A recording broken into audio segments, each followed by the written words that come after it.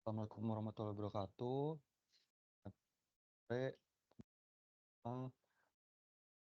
makasih banyak ya, buat rekan-rekan, Bapak Ibu semua yang udah nyempetin hadir di sela-sela pekerjaannya untuk hadiri Sapiens Academy program ini. Dan, bertemakan Microsoft Certified Power BI Data Analyst Associate.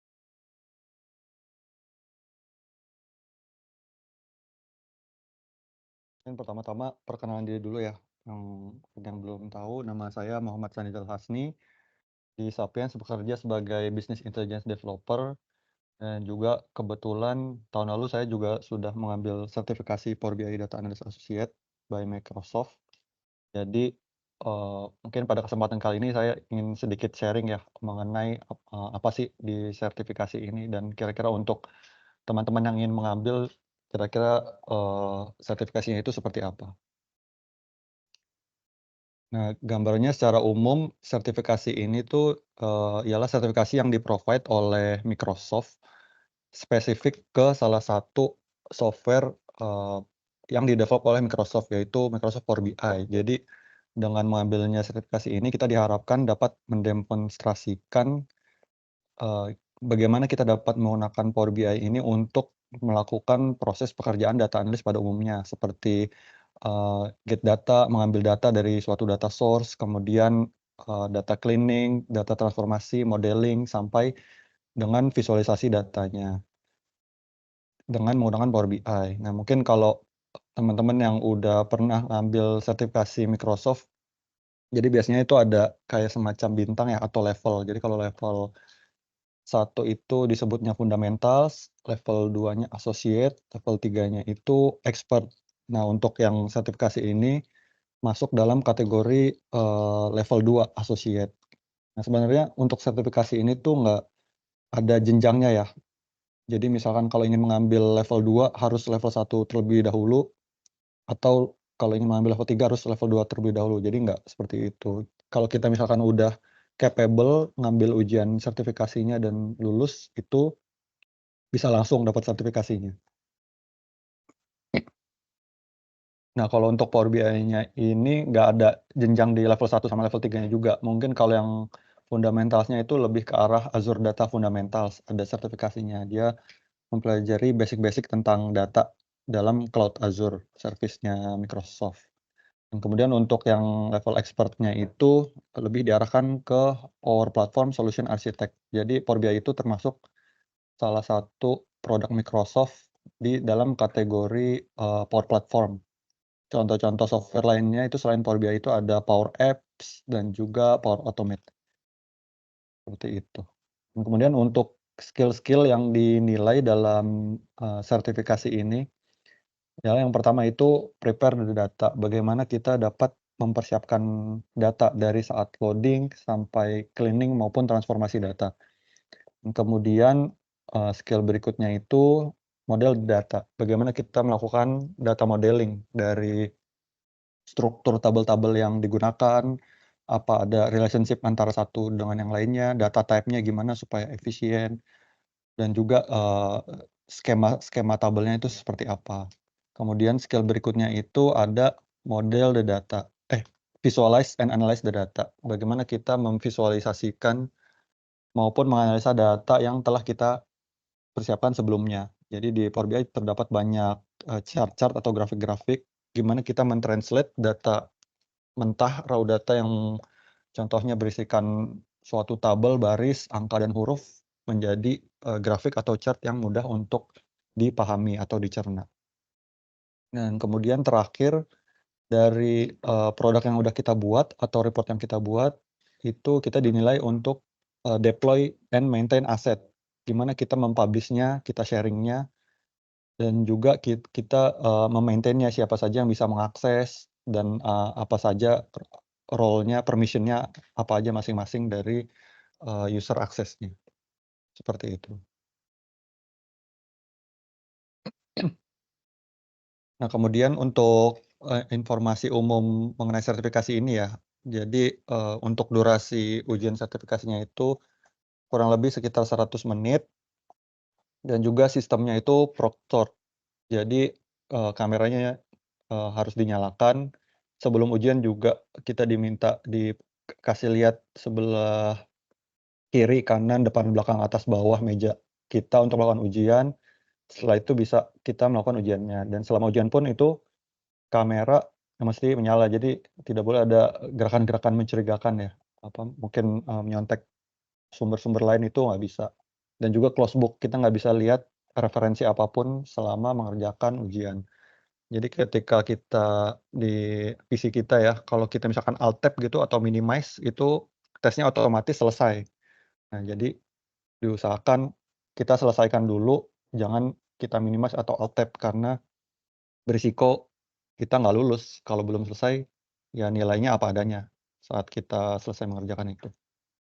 Dan kemudian untuk, renewal frekuensinya itu 1 tahun, jadi berlakunya 1 tahun, jika ingin berpanjang itu gratis ya. Jadi untuk yang pertama itu berbayar, untuk tiap tahun berikutnya itu gratis selama tidak melewati batas 12 bulan. Nah, kemudian untuk resource belajarnya itu ada resource resminya dari websitenya Microsoft resmi, learn.microsoft.com. Mungkin kalau saya kasih lihat ya, jadi di websitenya Microsoft itu learn.microsoft.com kita bisa lihat page sertifikasinya. Di situ kita, banyak bisa ambil resource-nya, kira-kira sertifikasi ini mengenai apa saja, materi-materi apa saja. Di sini juga ada e-learning-nya berupa teks, ada juga lab, kita diberi resource semacam virtual machine gitu yang udah terinstall Power BI, kita bisa langsung praktek, langsung di environment tersebut. Ada juga instruksi-instruksinya. Kemudian ada juga, practice assessment, kita, eee, bisa ini nih, kira-kira kalau kita ujian ini kira-kira lulus atau enggak, kita bisa ambil assessment dulu. Ada juga video gambaran umum, jadi ada instrukturnya itu mengajarkan secara umum apa saja sih ujiannya yang eee, diadakan di sertifikasi ini. Kurang lebih seperti itu. Kemudian kalau untuk resource nggak resminya itu, kalau pengalaman saya sarankan, googling aja exam dumps atau question dumps atau bank. Jadi itu ada kumpulan soal-soal yang pernah dikeluarkan oleh Microsoft gitu. Dari pengalaman saya sih ada beberapa soal-soal yang sangat mirip gitu, keluar juga di ujiannya. Nah, kemudian kita mungkin masuk ke Power BI-nya ya. Jadi, apa sih Power BI itu? Power BI itu jadi suatu, solution lengkap untuk reporting dari Microsoft. Jadi dia kalau kita gunakan bisa mulai dari reparasi data, persiapan data, visualisasi data, sampai distribusinya. Jadi, visualisasi data yang udah kita buat itu bisa kita distribusikan, kita manage juga siapa saja yang bisa mengakses melalui tools-tools yang disediakan Microsoft. Nah, kemudian komponennya apa saja? Jadi yang pertama itu ada Power BI. Nah, ini tuh merupakan, aplikasi desktop yang, bisa kita download secara free. Jadi free ya untuk Power BI desktop. Ini untuk melakukan proses development Power BI-nya. Mulai dari get data, load data, transformasi, data cleaning, sampai visualisasinya itu bisa, kita lakukan di aplikasi Power BI desktop ini. Jadi contohnya tuh ini seperti ini. Jadi di sini ini merupakan tampilan Power BI desktop. Untuk user interface-nya, itu kalau yang udah familiar dengan produk-produknya Microsoft, kayak Microsoft Office ya, PowerPoint atau Excel, mirip ya, di atas ada ribbon, kemudian ada tombol-tombolnya. Nah, di sini ada kanvas-kanvasnya, report yang kita buat. Di sini ada page-nya juga, kita bisa tambah page baru. Nah, di kanan ada kita bisa tambah visual seperti yang kita mau, dan kita mau, masukkan data-data apa saja di sini. Ini untuk kanvasnya, kemudian kita bisa lihat data-data apa saja yang sudah kita import dalam file report ini, Power BI ini. Kemudian untuk data modeling juga ada interface-nya. Jadi tabelnya apa saja, relationship apa saja antara satu dengan yang lainnya. Kurang lebih seperti itu. Nah, kemudian selain Power BI Desktop, yang kedua komponennya ada Power BI Service. Power BI Service ini ialah online platform dari Microsoft-nya disediakan. Jadi kalau kita buka, di web app.powerbi.com, nah di situ kita bisa login ya menggunakan akun Power BI kita, di situ baru kita bisa, gunakan Power BI Service. Jadi report yang sudah kita buat di desktop, itu kita publish ke service. Nah, jadi bisa kita publish ke service selama sudah login, ada akunnya. Nah, contohnya seperti ini. Di sini bisa ada workspace-nya apa saja. Kalau di Sapiens ini dibagi berdasarkan project ya, berdasarkan klien, berdasarkan project, seperti itu. Dan juga yang terakhir ada Power BI Mobile. Nah, ini lebih ke opsional. Jadi, report yang sudah kita publish di Power BI Service itu bisa kita buka juga melalui mobile application. Bisa kita download, eee, di App Store gitu, Play Store, itu bisa kita lihat. Jadi yang kita develop itu selain kita buat dalam, layout biasanya kalau PC kan landscape ya. Jadi di situ di Power BI bisa kita buat dalam bentuk mobile layout gitu. Biasanya kan kalau mobile kan potret seperti ini. Nah, ini bisa kita edit juga bagaimana tampilannya dalam bentuk mobile. Itu untuk komponen-komponen yang terdapat di Power BI.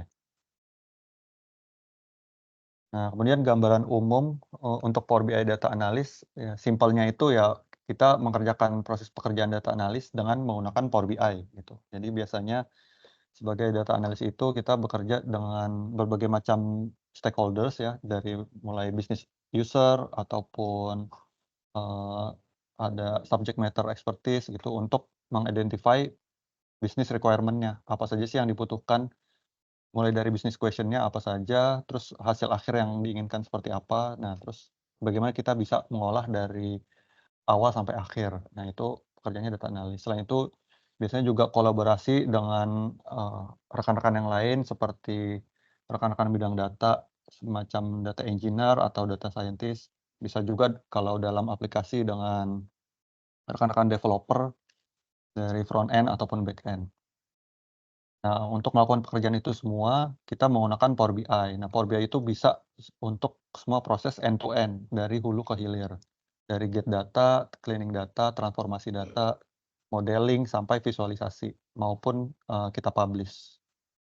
Nah, kemudian untuk spesifik ke Power BI-nya, di Power BI itu ada istilahnya Power Query. Jadi, untuk proses, get data, nge-load data ke dalam Power BI sampai dengan transformasinya itu, kita menggunakan istilahnya Power Query. Jadi, contohnya itu, kalau kita di Power BI desktop-nya ya, kita buka transform data ini, nah dia membuka window Power Query. Nah dari sini, itu kayak semacam, dapurnya lah sebelum kita masukkan ke Power BI. Kita lakukan, import data dari berbagai macam source, kemudian transformasi, data cleaning, terus standarisasi data, semua kita lakukan di Power Query ini. Dan juga selain itu di Power BI ada istilahnya, DAX atau Data Analysis Expression. Ini kayak semacam bahasa pemrograman di dalam Power BI, itu ada juga. Dan juga selain itu kita harus bisa mengakses data quality dan data security. Nah, kemudian kita, gali sedikit ya lebih dalam mengenai, komponen penilaian di sertifikasi ini. Jadi yang pertama itu ada prepare the data sebanyak 25-30%. Model the data 25-30%, visualize and analyze data 25-30%, dan kemudian yang terakhir deploy and maintain items itu bobot nilainya 15-20%. Jadi kalau kita lihat untuk 3 yang pertama ini paling besar ya, komponennya sama besar 25-30% karena dinilai, proses-proses ini yang cukup penting sama pentingnya, mulai dari preparasi, modeling, maupun visualisasi. Dan kemudian terakhir ditambah juga, eee, nggak nggak kalah pentingnya juga untuk deploy atau, maintain item.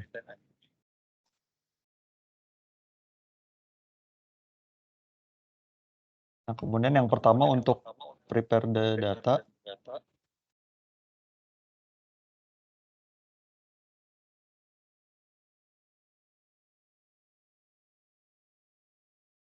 sorry, untuk yang prepare data itu, yang pertama itu komponennya ialah get data from data source. Jadi dari Excel, bisa dari CSV, itu sudah di-support oleh Power BI. Ada juga untuk relational database seperti, Postgre atau MySQL untuk yang on premise maupun untuk yang di dalam cloud service seperti, Google BigQuery ataupun, Amazon Redshift ya, itu bisa juga.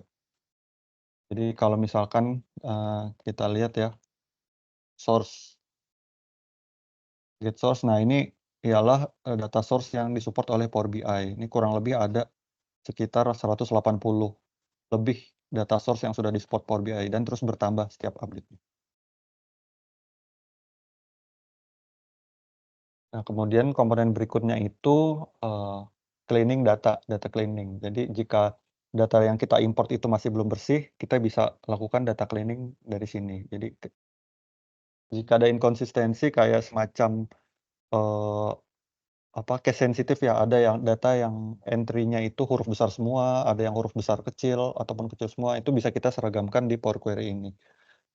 Nah, kemudian ada typo, misalkan ada huruf yang kurang atau huruf yang salah, bisa kita standarisasi juga.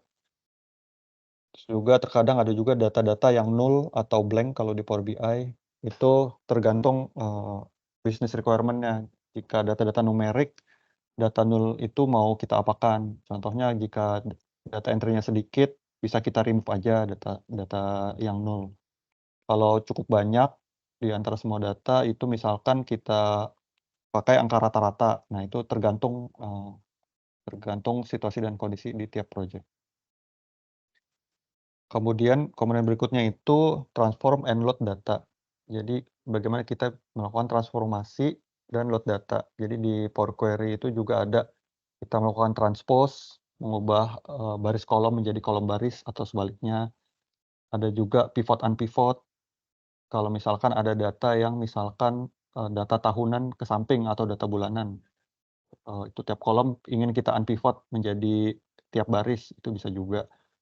Ada juga untuk, menggabungkan tabel, itu menambah kolom gitu ya, bisa kita join atau merge, atau menambah baris jika ada 2 tabel yang struktur datanya sama, itu kita append, kita tambah barisnya. Nah, untuk yang cleaning data dan transform data ini kita menggunakan tools yang tadi, Power Query.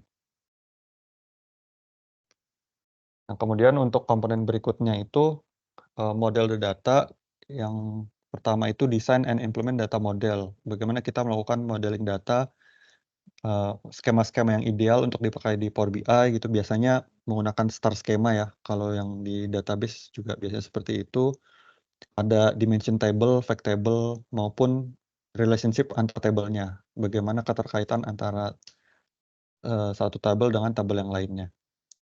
Kemudian untuk komponen berikutnya itu, membuat model calculation dengan menggunakan DAX. Jadi DAX itu tadi ya, bahasa pemrograman di Power BI, dia bisa dibuat untuk membuat tabel, kayak misalkan, kita belum ada nih dari data source tabel yang kita inginkan, bisa kita tambah manual gitu dengan menggunakan DAX di Power BI-nya itu sendiri. Bisa juga kita menambahkan kolom, satu kolom baru. Misalkan kita punya dataset data sales, dan di situ ada kolom revenue, ada kolom cost. Nah, belum ada nih kolom profit, kita pengen tambah kolomnya. Jadi bisa kita pakai DAX. Contoh sederhananya profit sama dengan revenue dikurang cost, seperti itu. Nah, satu lagi bisa dibuat, berupa measure. Measure itu kalau di Power BI itu dia nggak menambahkan, entry ke data model, tapi dia hasilnya bisa kita lihat hanya di visualnya aja. Nah, itu berupa measure. Kemudian komponen berikutnya ialah, optimize model performance. Jadi model yang udah kita buat itu gimana caranya kita optimasi supaya nggak berat, nggak nge-lag. Jadi data type seperti apa yang ideal, terus kolom-kolom apa saja yang dibutuhkan, yang tidak dibutuhkan itu bisa kita remove. Lalu ada juga, tools di Power BI berupa performance analyzer. Di situ kita bisa analisa proses-proses apa saja sih yang kira-kira bikin nge-lag. Apakah dari DAX-nya, apakah dari, modeling-nya, dari Power Query-nya, di situ bisa kita, analisa.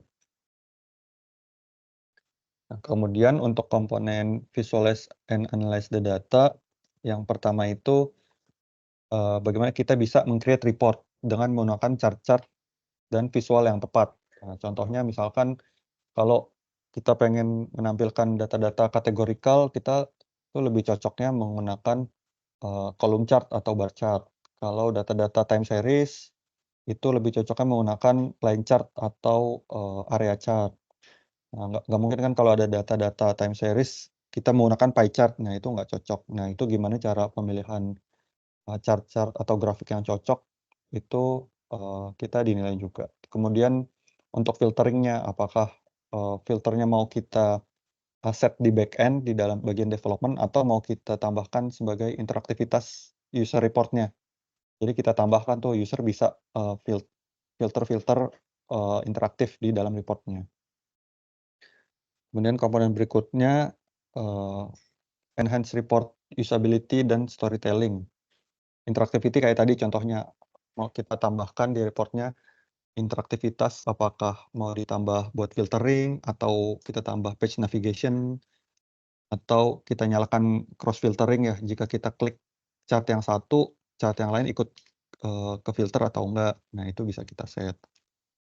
Kemudian desainnya juga dan juga UI UX-nya. Kita lihat apakah misalkan dashboard-nya itu cocoknya simetris, kemudian cluttering atau enggak. Kalau satu halaman terlalu banyak grafik kan juga, kurang enak ya dilihat dan terlalu kompleks. Nah, jadi di situ harus kita pertimbangkan juga. Kemudian komponen yang ketiga berikutnya itu mengidentifikasi patterns atau trends.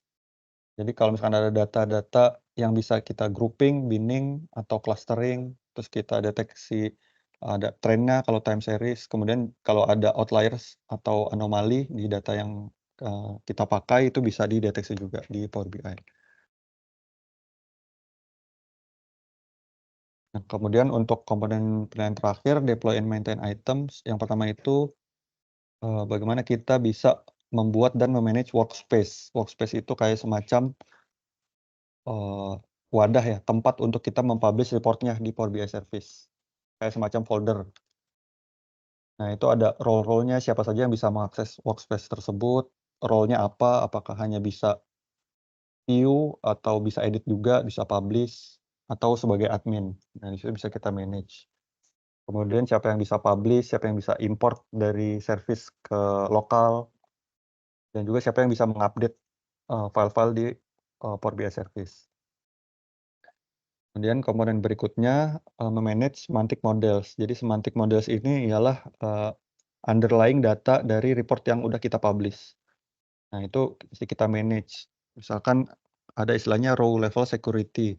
Misalkan dalam satu dataset itu, contohnya itu dalam satu perusahaan semua ada data semua divisi, ada misalkan ada divisi finance, ada divisi HR, ada semua di dataset itu.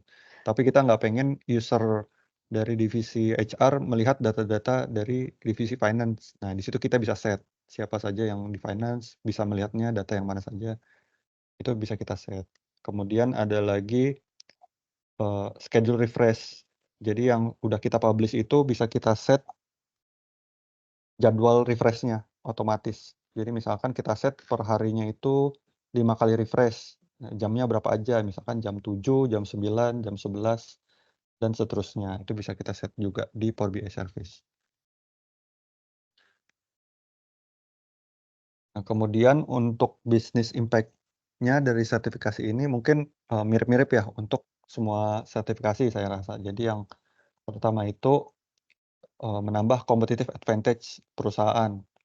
Jadi, tentunya dengan adanya sertifikasi jika dibandingkan dengan perusahaan lain yang belum ada sertifikasinya, tentunya itu menjadi competitive advantage kita.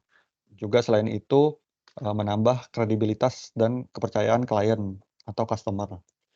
Jadi, contohnya itu misalkan sempat beberapa kali misalkan, eee, dari pihak kita pitching atau, tender gitu ya, itu, cukup sering tuh ada klien yang meminta, apakah ada yang mempunyai sertifikasi. Nah, itu. Nah, itu kan jadi, keuntungan kita kalau memiliki sertifikasi. Dan tentunya semua itu menambah, eee, revenue opportunity kita. Makin banyak opportunity, makin banyak potensi revenue yang bisa kita generate. Nah, kemudian selain itu menambah operational efficiency and quality. Jadi dengan adanya, sertifikasi itu tentu, pasti tahu, fitur-fitur atau teknologi terbaru dari, suatu produknya kayak di sini semacam contohnya itu Power BI. Karena tiap tahun di-renew ya, jadi otomatis kita harus selalu update dengan fitur-fitur barunya. Otomatis menambahkan kualitas pekerjaan kita. Selain itu juga, bisa, melakukan knowledge sharing seperti sesi ini ataupun mengadakan training. Nah, contohnya kita juga, ngasih training-training ke, klien-klien kita, perusahaan-perusahaan lain. Itu juga kita adakan. Sebenarnya itu aja sih dari sharing dari saya. Berikutnya mungkin ke Baskara lagi ya, sahabat. Oke, thank you Mas Nizal untuk, penjelasannya terkait sertifikasi, kemudian tentang Power BI juga, dan juga ada, project-project dari Sapien juga yang pakai Power BI sebagai base-nya ya, Mas, ya. Nah, mungkin